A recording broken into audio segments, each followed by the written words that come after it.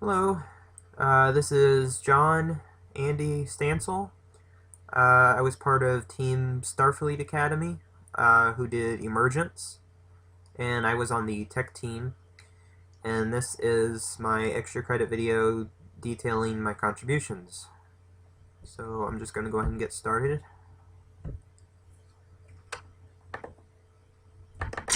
Alright, this is just one of the little test levels I was using to test to make sure everything works. Alright, well this right here is a tower node. This was one of the main things I did early in the semester. I designed the tower placement system, which lets you open up this little menu when you're near a tower node. It lets you buy towers, upgrade them, exchange them. The player chooses one of these 4 towers, and tower node spawns it.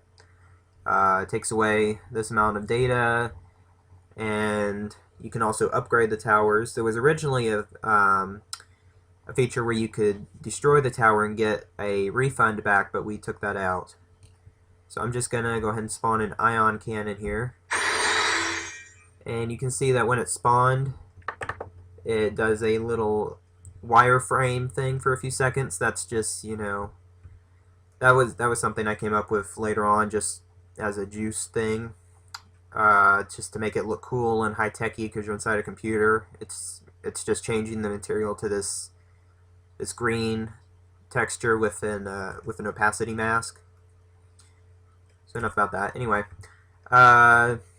this was the ion tower. This is the tower I had the most involvement with. It fires a long red beam that pierces enemies. It was reworked a few times, actually. I originally had it a little bit taller than this, and the art team ended up shrinking it so that we could move, so that I could make the head move around, so that it could target the enemies without it looking like it was, jutting off its base. I'm gonna go ahead and upgrade it just to show you that. You can see how it changes colors. That was also something that's in the tower node system. So, the other towers, I'll go ahead and show you another one. Artificially increase my data here. And just place a different tower on top of this one. You can replace the towers. You have to pay for the new tower, is the catch. So, of course, that's not a concern for me because I just, cheated and gave myself a bunch of data. This is the phaser tower, which was based on the basic tower we had at POC, only now it's been redesigned a little bit. The targeting system is different, and it fires 6 shots at once. And also there's the photon cannon, which fires lobbing shots. Kevin mostly did that one, but Adam and I tweaked it a little bit a couple times, the projectiles it fires. The only tower I didn't have involvement with was the arc reactor, which was pretty much finished before POC. And that's the one that does AoE damage. It doesn't actually fire anything. So anyway, that's the tower placement system. And the main thing I was working on during Vertical Slice is actually something that ended up being cut from the final version of the game. But I spent a lot of time on it, so I'm just going to go ahead and show it to you anyway. This blue wall right here is what we call a firewall. The player can walk through it, whether it's on or off, the player can walk through it. But when it's turned on, it blocks enemies. Right now it's turned off, so enemies would still walk through it.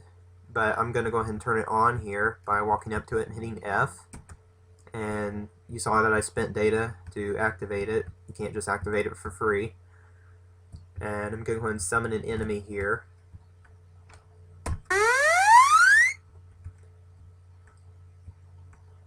And he's being blocked by that firewall, a literal fiery wall that's literally blocking a virus. And you can see it flashing. That means that indicates that the firewall is taking damage. And as it takes more and more damage, it starts blinking faster and faster. It's slow at first. Firewall down. yeah, and see it got destroyed. Um, but you saw that it blinks faster and faster, more and more damage it takes. You know, it's slow and intermittent at first, and then it starts rapidly blinking when it's taken heavy damage, just to alert the player that this is about to go down. It normally is not damaged. It is normally not destroyed by a single enemy that quickly, but I sped it up by a lot just for the purposes of this video. Um, so I basically just made it weaker, but normally it wouldn't have been destroyed that quickly. So,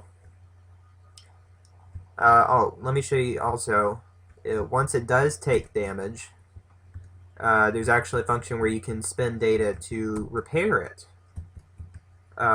If it's not destroyed, like I just spent data to activate it, and I'm gonna let him do a little bit of damage to it. And now I'm just gonna go over here and kill him. Alright, now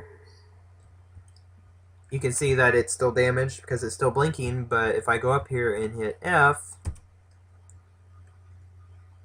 I repaired it. Normally there'd be HUD elements to this, but we didn't make them because this got cut.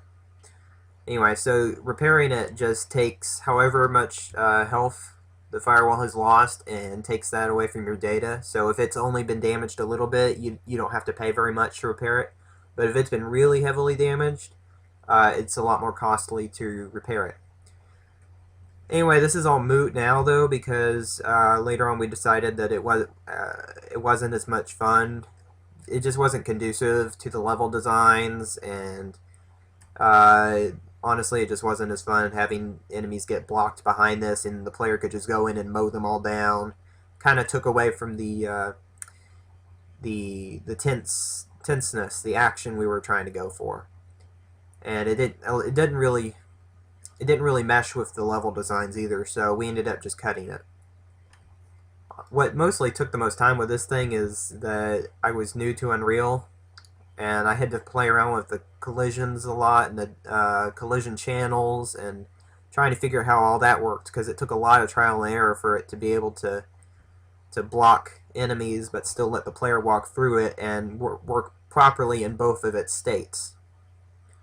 Now this was a spin-off of the firewall that we did end up using, called the reverse firewall, and as the name suggests, it functions the opposite way. Enemies can go through it, but the player is blocked by it. And we ended up really just using this to block the player off from places they're not supposed to go during certain waves.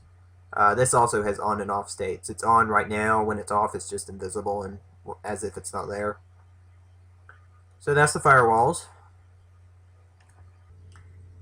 And after vertical slice, the main thing I was concerned with was just various improvements, like a blind spot function for the phaser and ion towers that makes them unable to shoot through walls. That was something I set up just so it, because before they would just shoot through walls, they couldn't detect walls. That was something I put in. It's not applied to the photon tower because that one just shoots over walls anyway. And also bug fixes, like some of the towers wouldn't behave correctly with the Reaper around and so forth. Stuff like that. Some of the bug fixes were, just quick little one node, oh, I forgot to change this Boolean type stuff. Some of them were just major headaches. And honestly, a lot of the stuff I worked on too was, just nifty little juice things I could come up with.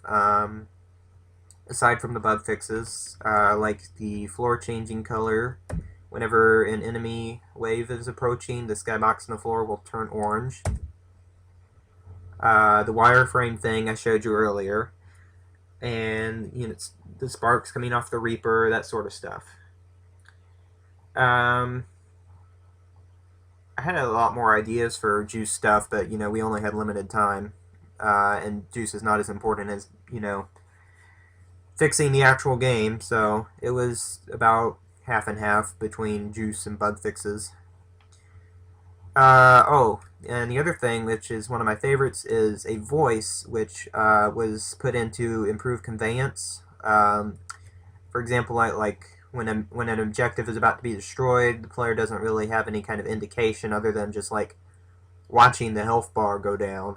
And I thought it would be cool if there was like an alert or something when the objective was about to be destroyed. So I recorded my voice and edited it to be, computery sounding and androgynous and mysterious. And it just sort of spun off into putting voices for a bunch of different things. Not all of them ended up being used because, you don't want the voice to be playing all the time. And it got kind of annoying. So only about 16 voices ended up making it into the final game, or 15 rather, making it into the final game. Anyway, so here's a sample of some of the voices. Warning. Objective integrity is critical. Black hole is ready for use. Insufficient data to upgrade tower. So anyway, those are the, like I can show you one here where, oh, whoops. Let me go ahead and drop my data down to 0 here and try to build a tower. You'll see that it won't let me. Insufficient data to place tower. Yeah, so those were just things, like for before when you tried to place a tower or upgrade a tower and didn't have enough data, the screen would just kind of sit there. And, I don't want the player to think, like, just, I pressed the button and nothing happened, why isn't anything happening? And then them to realize, oh, it's because I have no data. It's not very, it's not very good conveyance. I mean, it could work, it's not as good. So that's where the voices came in. I had a good time working with this group, a lot of good people. It was a lot of work, but I'm really happy with the finished product. We spent a lot of nights at Adam's house till like the wee hours of the morning, getting all this stuff to work right. So, but it all turned out pretty good. So I'm happy to have worked on Emergence.